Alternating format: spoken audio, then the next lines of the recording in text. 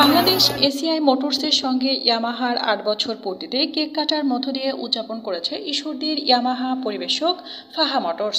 এই উপলক্ষে গতকাল সন্ধ্যায় ইয়ামাহা পরিবেশক ফাহা মোটরস শোরুমে জমকালো অনুষ্ঠানের আয়োজন করা হয়।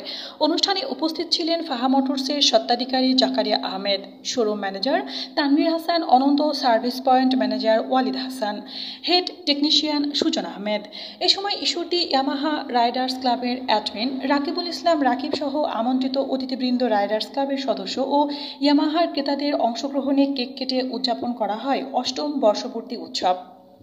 শুরু থেকেই ইয়ামাহা ও এসিআই মোটরস গ্রাহকদের জন্য ইয়ামাহার আধুনিক প্রযুক্তির মোটরসাইকেল সরবরাহ ও বিক্রয়োত্তর সেবা নিশ্চিতের মাধ্যমে জনপ্রিয়তা অর্জন করেছে। এসিআই মোটরস এবং ইয়ামাহা রাইডারদের মাঝে সচেতনতা তৈরি করতে এবং আগ্রহী রাইডারদের ধারাবাহিকভাবে প্রশিক্ষণ দিতে সহায়তা করার জন্য প্রতিনিয়ত কাজ করে যাচ্ছে।